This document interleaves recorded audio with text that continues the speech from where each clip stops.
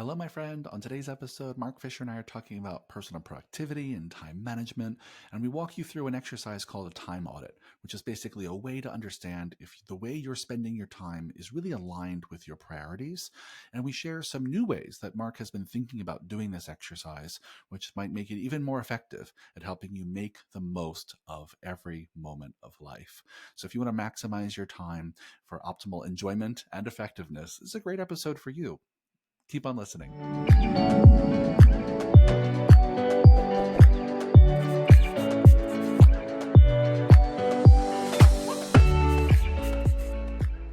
Hello, fitness business nerds. What's up? Welcome to another episode of the Business of Unicorns podcast. Before I jump in with Fisher, I just want to give you all a quick heads up that we are doing a kind of a flash sale of our time management course. We have a time management course. It's called Time Management for Gym Owners. It helps you get your shit together to spend your time on the most important things that actually help you grow your business and give you freedom and access to your more bountiful life. Big promises. And it's a self-paced course. You get lifetime access to this course that you can take again and again and again. And we've been doing this course for years. Many people do actually return to it every year to kind of sharpen the saw and get better and better. You save $200 if you get in by June 6th. So go ahead and click the link down in the show notes and get access to this course. You'll have it for a lifetime. It's one of the most popular courses we've ever done. In fact, we love it so much. We're going to talk about time management on this podcast yet again today, because it's one of those skills that all of you as gym owners and entrepreneurs need to get better and better at. And we keep getting better ourselves. So go click the link in the bio, and we hope that you love the course and find new efficiencies in your life, because we're all looking for more time in the day. Yeah. That being said, Fisher, hi, how are you? Hello, I'm well. Let's talk more about time management. And then since we're doing this flash sale for our course, we thought we'd dive in and share a little bit about one of the exercises that's in the course, and then share some revised thinking, Fisher, that you've had about this exercise. So maybe I'll just kind of tee up the exercise and you can kind of walk everyone through it. But one of the things we do in the time management for gym owners course, and we've been doing this for years, and we do a version of it with our Unicorn Study members on a pretty regular basis when we onboard them. It's this exercise called a time audit. And it's exactly what it sounds like. It's a really simple process where you go through how are you spending your time, and then use kind of a model typically to kind of resort your to-do list and your priorities, and kind of redesign your week and redesign your day to hopefully be more efficient than when you started. And so we're going to kind of like walk you through this exercise and share how we've historically thought about this exercise and done it, and some new ways that we're thinking about getting even more effective with this time audit exercise. So Fisher, do you want to kind of walk us through like your history with this exercise and how it goes? Yep. So this is probably one of the most common exercises in the world of time management. It's also one that a lot of people hate. So let's start by saying a lot of people hate this. It feels annoying, but essentially the gist of it is you're going to audit how you're currently using your time, because invariably what gets measured gets managed. So once you do that, invariably you immediately find ways to be more effective. You'll even usually tighten up your time throughout the week if you choose to do it over a week. One of the two ways I think are worth doing it. So although this is a kind of a cliche tool, it strikes me that, first of all, not all of you have necessarily heard of it, number one. And number two, this is your reminder. If you haven't done it in the past 3 to 12 months, maybe do it again. I think when your business and life is changing quickly, every 3 months could actually be warranted. If not, it's probably overkill. But I think if you do it once per year, at least once per year, invariably there's going to be creep. There's going to be things that you find yourself doing that are not valuable, that you don't necessarily like, that if you just paused and thought critically, you might be able to stop doing or do less of or get off your plate altogether. So the two ways that people classically do this are you can just spend 30 minutes writing down a list of all the things that you do in a given week, in an average week. And that's one of the challenges of doing this is most of you people never have an average week. I really don't. But there are a number of tasks, activities, responsibilities that you will tend to do more weeks than not. So if you write down a list of, 20, 30, 40 items, including personal ones, that's important too, right? Because that's also going to take up the pie of your time. Is going to have some slices of personal life and sleep and hopefully some workouts, right? So once we've done that list, you can then guesstimate about how much time you spend on each of those buckets. And I will warn you, it'll be humorous because if you do the math, it will likely not add up to 168 hours as there are in a week. But that's a simple way to do it, that you just kind of just bang it out, drink some coffee, make it happen. The more accurate but slightly more onerous way to do it, which I tend to prefer for most people, is take one work week, maybe two if you feel inspired, but one is usually sufficient. And for at least a 5-day window, track all the things that happen in quarter hour increments. So this will give you a real-time sense of how you're using your time, how many hours in a week you're spending on email, how many hours in a week you're spending doing any number of tasks that you really don't have a good optics into how the time is being spent. And this is very useful because time, similar to money and eating, are things most people don't have an intuition for. And arguably the reason for this is because in the ancestral evolutionary environment, my favorite pretentious term, there was no reason to track how much food you ate, or there was money wasn't a thing. How you're spending your time, not relevant. But today in our knowledge economy, these things are all important, right? And in practice, the bank is tracking your money for you. So you won't get that wrong. The bank is on top of it. And food will be reflected in your body, your blood work, your body weight. So your body's tracking how much you're eating or not eating. But time, there's really no way to assess. I mean, I guess you could say if you have really poor results and you're really not getting anything done, you can assume that you're probably not using your time well, but it's a little bit harder to track that. And this is a great way of doing that. So that's the core exercise. We'll share some thoughts about how to analyze, but anything you would add to that, Keeler? No, I think it's you nailed all the main points here, which is right. This exercise is really kind of a gift you give to yourself, right? Like it's the gift of time to pause Yes. and reflect, right? Which many of us just don't give ourselves permission to do, right? And we're only asking for maybe a hot 30 minutes, right? You can do it in shorter time if you do it multiple times to get good at it, but it's taking a moment to reflect on what is everything on my plate, personally and professionally, nights and weekends. And when I write it all down and assign to it about how much time I think I'm spending, how close or far am I to the 168 hours that are in a week? How much of my time can I actually account for? And listen, as Mark said, we're kind of designed to be terrible at this, right? Like we're not built to be really good at this. It's not about being as accurate as possible, but it's about just reflecting on how self-aware am I of how my time is getting spent.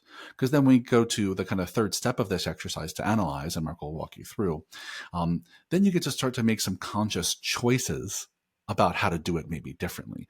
But until you take a moment to like sit and reflect on what your current reality is, it's really hard to know in which direction to pivot. Yeah. So I think this is just a great kind of journaling exercise about how you spend your time and what your priorities are. And listen, I'm sure at this point we can say we've done this with like hundreds and hundreds of people. Oh, yeah. And I've never seen someone do this and not find it valuable. 100%. Whether you spend 15 minutes to do it or 2 hours, right? You're going to walk away with some new information about whether your time spent is aligned with your priorities or not, right? And that's kind of the whole goal here. Yeah. So yeah, that's all I would add. Yeah. You want to talk through like the analyzing part, the third step here? Yeah. So, the first thing I'll again reiterate is even if you just do this, you'll likely find some valuable stuff, but you will get even more benefit, I think, if you begin to look at your list of tasks and how long you're spending on doing them and start to think critically and analyze those things by a number of factors. So the most, I guess we'd say, classical way of analyzing this is the Stephen Covey, or I guess actually it was Dwight D. Eisenhower's important, urgent, not important, not urgent quadrant. So it's a little hard to explain to you verbally without looking at it, but imagine, if you will, a square. And at the top of the square, some things are important and some things are urgent. And on the other axis, you have some things that are I'm doing it wrong. Rosemary, cut this part out. Stammering. So the top of the square, you have some things are important and some things are urgent, and some things are not important and some things are not urgent. And of course, you have overlap, right? You might have something that is important but not urgent. You have something that is urgent but not important, and vice versa. So I think this is a useful tool. I like this. If you take the time management course, this is the way we recommend doing it. I still think it's valuable, but these days I actually probably favor a slightly different way of looking at this. Do you have Can I, anything you so wanted to add, before Keeler? we get into the new idea, just I'll say the reason we've kept it for so long is it's a classic for a reason. But I Mm-hmm. think the reason that I still like it, and I'm sure we'll explore other options as well, is that it's really prescriptive because once you look at those four quadrants, the suggestion is really clear about what you do next, right? So if something is important and urgent, you kind of write the word do next to it, meaning that's something important to do. Right. If something is important but not urgent, then you write the word delay or delegate, right? I mean, you can kick it down the road or give it to somebody else. Right. If it's urgent but not important, I think that's the delegate one, right? It's hard to do without the visual, right? But if it's not important and not urgent, you write delete next to it, right? And that is the thing you just fucking stop doing, right? So I think that this matrix, I think, is useful because then you take your list and you write those 4D words, do, delay, delegate, delete, right? Next to each of the tasks. And it helps you sort through it, I think, in an effective way. But as Fisher is about to say, it's not the only way, right? That's not the only 2x2 matrix you could use to kind of sort your to-do list, but it is one that I think is kind of effective. It will always be kind of useful, but it's not the only lens, right? Urgent and important are not the only two factors you Yeah. might care about or might be useful in deciding what priorities are, but they are one paradigm to use yeah, it's a classic for a reason. So yeah, what have you been thinking more about recently? Yeah, these days I use it probably a different quadrant. So similar idea, two different axes, because you can analyze the things that you do by hourly dollar value, right? Which is to say, how much value is it to the business? Could you have someone else do it for cheaper? If you were to have someone else do it, would it maybe cost you and or the business a lot of money? And then on the other axis, you have things that give you energy and that you love, and things that are a slog that you Mm, don't like, right? And again, that can become a quadrant because there's some things that are very valuable to the business that you hate. And that gets a little sticky. You also have some things that you love to do that are not particularly valuable. That one also can get a mhm. little sticky because if you're the queen of the gym, then I guess you get to choose to do some of those because that's part of your prerogative of running a business, and maybe some of that's nourishing. But the thing I think that can be very illustrative is identifying the things that you like or that optimally you love, that are fun, that give you energy, that make the business money and command a high hourly value. So if you happen to be a lucky gym owner that really loves sales and marketing, that is fantastic, right? Because you want to make sure you're really doubling down on those items. The other box in our quadrant is the one that you're going to want to delegate, which what are the things that have a low dollar hourly value and that you find tedious and a slog and take away your energy. I think the greatest opportunity for most gym owners is probably that box because, like I said, there's a little Yeah. bit of subjectivity in what you do with the things that you love that don't make you money or the things that you hate that are really important that make you a lot of money. But the things that you don't like doing that you could outsource relatively cheaply are a huge, huge missed opportunity. And it's very rare talking with the gym owner that there are not things that to my outside eye seem obviously that they should not be handling, particularly in the year 2024 when it is relatively easy to find all manner of fractional help at all manner of hourly dollar rate and skill set. And again, it's a fractional, right? So it's not like you have to hire a full-time executive assistant, but there's a lot of things that a lot of gym owners do that they don't like that wouldn't be that expensive to outsource that we hold on to often because of inertia, right? So as Keeler mentioned, a lot Yeah. of the value I think is just doing this exercise on the regular because again, I've been playing this stuff for a long time. I teach this stuff. And even for me, it is shocking every time I do it, I find creep. I find things that in retrospect, I'm like, wait, why am I doing that thing? And I'll give you one other pro tip, which is often quite controversial, and you can decide what to do with your life. I'm not your boss, but is really consider what are the things that are required of your life personally to make your personal life work, your household work, and are there things there that you can also outsource? It might make more sense to hire a cleaner or to have somebody take care of your laundry on your behalf so that you can sit and do nothing and read a book and nourish and recover and do some of those restoration activities we're also so fond of talking about. Because oftentimes I see a really well-intentioned, but I think misguided attempt to prove that we're not too good to scrub our own toilets. And ultimately, I think that is not a helpful way of thinking. Again, I can't say that it's wrong, and perhaps you find that nourishing, and far be it from me to tell you to not do things that you sincerely love, but you should at least be conscious of the fact that you're saying, look, this is a thing that I love that gives me energy that I'm passionate about. Or maybe have someone else do it. Yeah. Yeah. I think it's a great paradigm, Fisher. And I just repeat it for our listeners. If you want to make this 2x2, it seems like the top of the x-axis here, right, is like things that make me money and things that don't make me money. Yep. Right. And on the left, the y-axis is like things that give me energy, things that take away my energy. Right. Yep. And the thinking here is that, you really want to dedicate time to things that make you money, that are aligned with your skills and passion and give you energy. And that's easier said than done. I think, the only thing I will add to this is that when we talk about growing a business and scaling a business, and which often means growing and scaling a team, one of the core questions that we have to kind of continually be asking ourselves is, what does the business need right now? Like, what skills and expertise and passions does the business need right now to grow? And I think this is an exercise that really does help illuminate that, right? Because if you, as the gym owner, really do not like doing certain things that make you money, or really things that make you money you really hate and take away your energy, then those are some really great skills to hire for. It's really great to know that about yourself and find people who make up for the things that you lack, and find that next coach who's also going to be able to help you with bookkeeping if that's what you hate, right? Or that next coach is going to help you with sales or marketing or social media if that's something that really is, excuse me, zaps all your energy. So I think knowing that about yourself helps you not be a bottleneck to the growth of your own business in a way that is a pitfall we all fall into. And so I think this exercise serves so many functions, but I think that's one that's maybe an underappreciated aspect of this exercise is its ability to help give you direction for how to grow your team. Right. Yeah. Yeah. All right. Well, we can keep talking about time management and this topic for the longest time. Anything else you want to share, Fisher, for folks who are like, yeah, I'm thinking about doing this, but I'm not sure. Or once I do this, then what?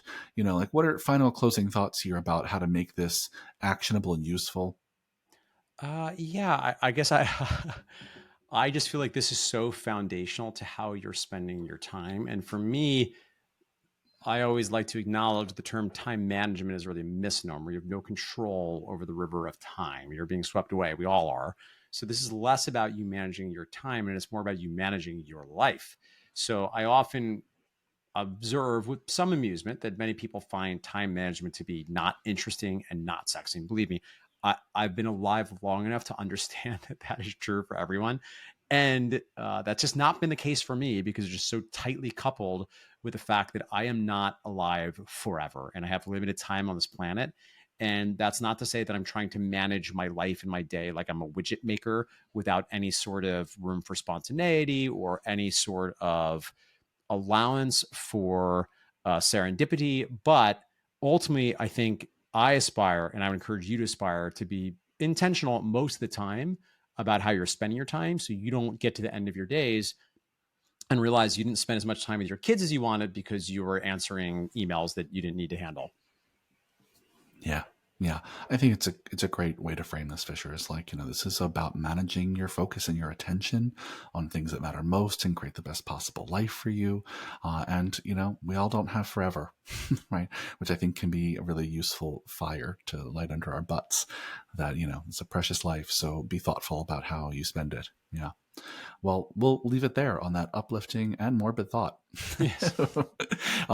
If this conversation, got your juices flowing, dear listener, and you want more information about how to maximize your one wild and precious life, go click the link in the show notes and get our time management for gym owners course. Again, get in by June 6th, you'll save $200. You get lifetime access so you can take it over and over again. Well, thanks for a great conversation, Fisher. See you on the next one.